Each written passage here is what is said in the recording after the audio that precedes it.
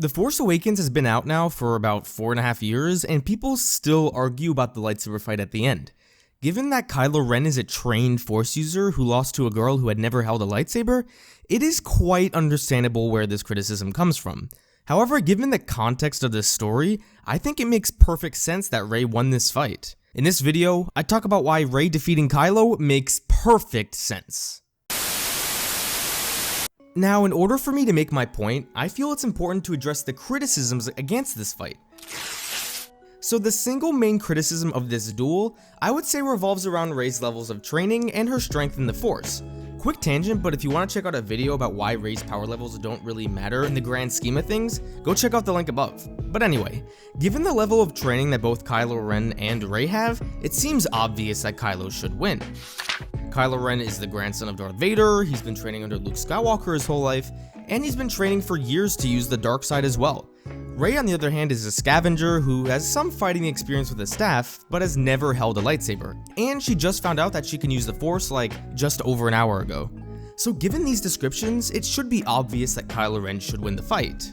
But given the context of what's going on, I don't think it's that simple. I'm gonna make a few points that are common arguments and then address the counters. And then at the end, I will make a point that I feel no one ever makes. So the first factor that many people love to bring up is the bowcaster wound. Just after Kylo Ren killed his father, Chewbacca shot a bowcaster right at his torso. The film established on a few occasions how powerful the weapon is, even managing to blow up more than one stormtrooper at once. So in all reality, Kylo Ren should probably be dead, but regardless, he persists.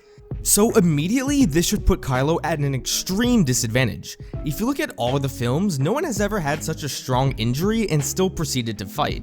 In Attack of the Clones, Obi-Wan gets 2 measly cuts and falls to the ground and can't move, while Kylo takes on 2 more people. One could argue that the bowcaster shot is much more deadly than 2 non-fatal cuts from a lightsaber. And if you think that lightsaber cuts are so bad, Kylo also received one from Finn and still proceeded to fight Rey after that. Now that I think about it, I think Kylo deserves a lot more credit for his durability during this fight. And besides that, no one else has really ever been injured during a fight and continued. I would not count Darth Vader as being constantly injured because that's just how he is. A counter that I've heard to that is that the injury should make him stronger since he is using the dark side of the Force. Now bear with me, but I'm going to address this point later on in the video, but overall, even though the bowcaster point is brought up a lot, I feel it's still not given the credit it deserves. Now let's look at Rey. Besides being knocked out by being flown into a tree that probably should have broken her back, she seems to be rather healthy entering this fight. Granted, people in Star Wars have received worse injuries and seemed fine, so I won't give too much emphasis to this point. Rey proceeds to use the Force to pull the lightsaber to her. Now, people who complain about her simply using the Force have a little bit of a silly argument. Pulling or pushing something with the Force is like the most basic Force skill. Now, if you want to be really nitpicky about it, then I'm going to bring up some simple physics.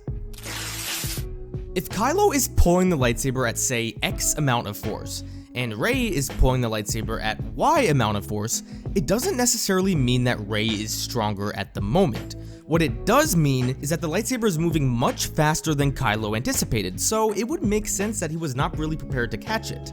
It's like saying if you were playing baseball with a good friend and they said they were going to lob you the ball and instead they threw it as fast as they could. You would not be expecting that. Now that Rey has the lightsaber, let's analyze her ability to fight. Yes, Rey has never indeed wielded a lightsaber before, and yes, staff combat does not necessarily translate into sword combat, but let's look at Rey's life. Rey was probably never formally trained in staff combat. She has had to defend herself her whole life, basically from thugs who are trying to rob her. So I would estimate that there have been over maybe 100 encounters where 1 or more people have tried to jump her or something. The first years of her time on Jakku, where she was like 10, she probably got beat up very often until she learned how to properly defend herself. Honestly, the most Mary Sue thing about Rey is how good she looks, considering she should probably have a bunch of scars or cuts all over her face. #Jakku skincare.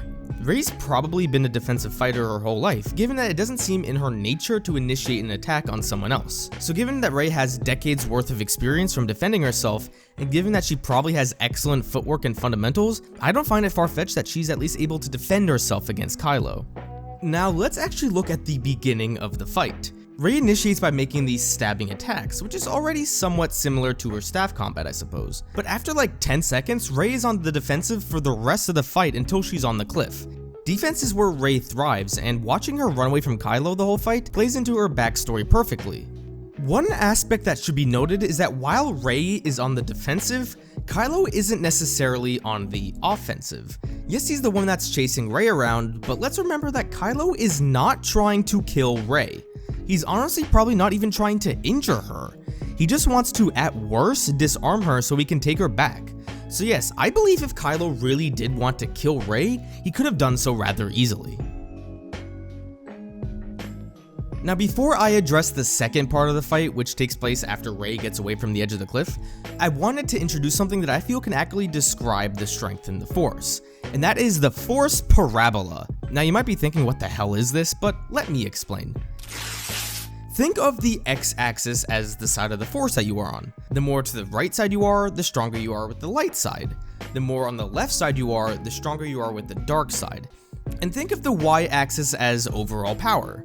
The higher you are, the stronger you are. The lower you are, the weaker you are. So basically I'm trying to say that the more committed you are to a certain side of the Force, the stronger you will be. But if you are conflicted and can't really choose a side, then you are most likely not going to be as powerful. Prior to Rey being up against the cliff, she's probably somewhere around here. She hasn't really tapped into the Force yet, and she's pretty much just been running around. But once she remembers to tap into the Force, she instantly skyrockets to somewhere around here. One could even argue that she's somewhere around here, considering she's using some of the dark side towards the end of this fight. Now, looking at Kylo, given the context of the movie, he's probably somewhere around here. Now you might be pretty surprised, but this brings up a point that I don't think anyone mentions. Kylo Ren is emotionally compromised.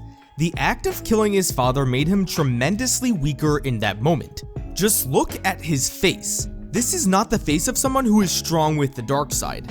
If that's not enough, then remember that it is emphasized numerous times in the next two films how the act of killing his father weakened him. Remember those conversations with Snoke? And look at you. Split your spirit to the bone. You were unbalanced, bested by a girl who had never held a lightsaber. You failed! Yeah, me too. I honestly believe this is the single most important reason why Kylo Ren lost this fight. Kylo during this fight was too conflicted to commit to the dark side. In a perfect world, the bowcaster wound would have helped him out, but since he's conflicted, that wound has just become a burden. So with Rey having a much stronger connection to the Force in this moment, it's not surprising that she was able to overpower him. And it's not like Rey is fighting with much grace here either, she's just hacking and whacking at Kylo, simply just overpowering him. This shot right here represents the light side overpowering the dark side in this moment.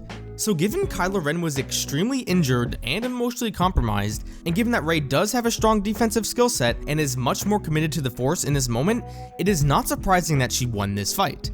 And that is why Rey defeating Kylo makes perfect sense. Thank you for watching another one of my videos! A small announcement I suppose, but I'm gonna try and commit myself to a 3 video per week schedule. On Sunday, Tuesday, and Thursday at 1 PM Eastern Time. That is my plan right now, and if I do change that, I'll let you know on Twitter. And besides that, please don't forget to like this video, subscribe, and don't forget to follow me at TheGoldman25 on Twitter. I hope you guys enjoyed this video, don't forget to unite the Claude Squad, and I'll see you guys next time.